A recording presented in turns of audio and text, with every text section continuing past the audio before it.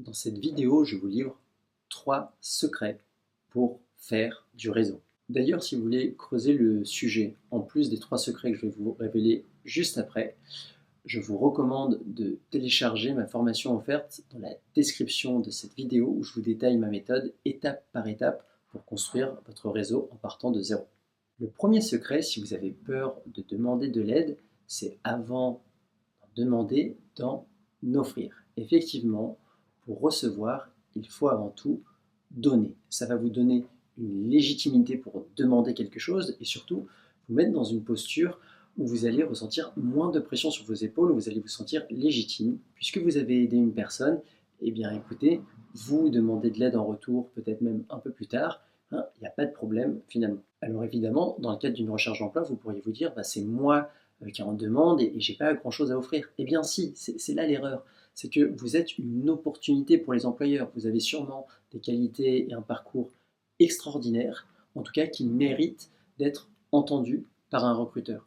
Donc finalement, en le contactant, en lui parlant de vous, de votre démarche, c'est peut-être une chance que vous lui offrez, puisqu'il a un besoin au niveau de vos compétences. Le deuxième secret, en fait, c'est 2 astuces si vous vous sentez mal dans le réseautage, d'aller parler à des gens que vous ne connaissez pas, que ce soit en ligne ou dans la vie de tous les jours. La première astuce, c'est de considérer que la personne que vous avez en face est en fait un vieux ou une vieille camarade d'école. Vous voyez quelqu'un que vous connaissez, mais que vous avez un peu perdu de vue. Ce qui fait que ça va vous permettre une forme de familiarité avec cette personne, mais tout en ayant la bonne distance. Vous la connaissez, donc vous n'avez pas à être impressionné, et en même temps, vous n'êtes pas spécialement amis, donc vous n'allez pas arriver une tape dans le dos et dans un excès de confiance. La deuxième astuce que je vous préconise, c'est d'imaginer que vous êtes l'instigateur, l'organisateur de la rencontre, que ce soit un entretien d'embauche ou si jamais vous êtes à un événement, par exemple de networking, un after work, etc. Imaginez que c'est vous qui êtes à l'initiative de cette rencontre. Et ça va un peu vous mettre dans cette posture où vous essayez de mettre les gens confortables. Vous voyez, comme quand vous recevez quelqu'un, vous allez lui proposer de le débarrasser de ses affaires, de s'asseoir, lui proposer peut-être un verre ou un petit plat, etc. etc. C'est un peu ça l'idée, ça vous met en confiance, vous êtes entre guillemets chez vous. Le troisième secret que je vous révèle, c'est par rapport à l'entretien du réseau. Entretenez votre réseau en trouvant des prétextes. Ça ne sert pas à grand chose d'écrire des messages à comment tu vas.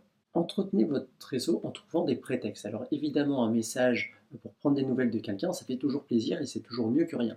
Mais c'est encore mieux si vous trouvez un prétexte. Vous voyez, quelque chose où vous allez renvoyer à une discussion antérieure ou quelque chose qui va concerner la personne. Ah, j'ai vu un article de presse où il parlait de ta société. J'ai vu tel changement dans ton secteur d'activité. Qu'est-ce que tu en penses? Comment ça va? J'ai vu qu'il y avait telle nouveauté sur ton marché. Comment vous gérez l'affaire? Ça me ferait plaisir d'en discuter avec toi. Bref, trouvez des prétextes à la discussion pour renouer, entretenir le lien.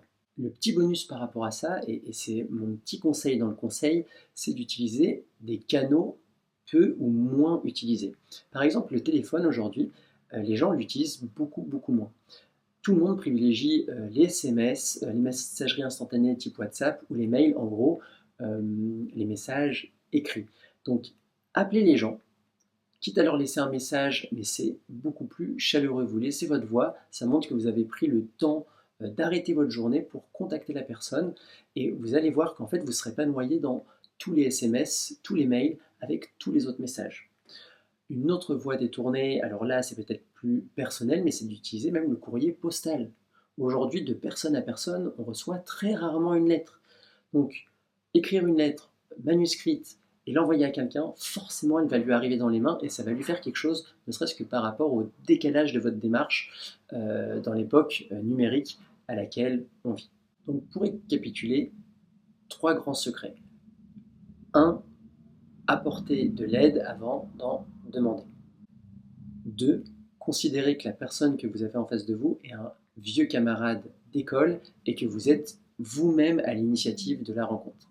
Et 3. Entretenez votre réseau en trouvant des prétextes à la discussion et si possible en empruntant des canaux moins utilisés par les autres pour que vos messages arrivent dans les mains, aux oreilles de la personne que vous visez.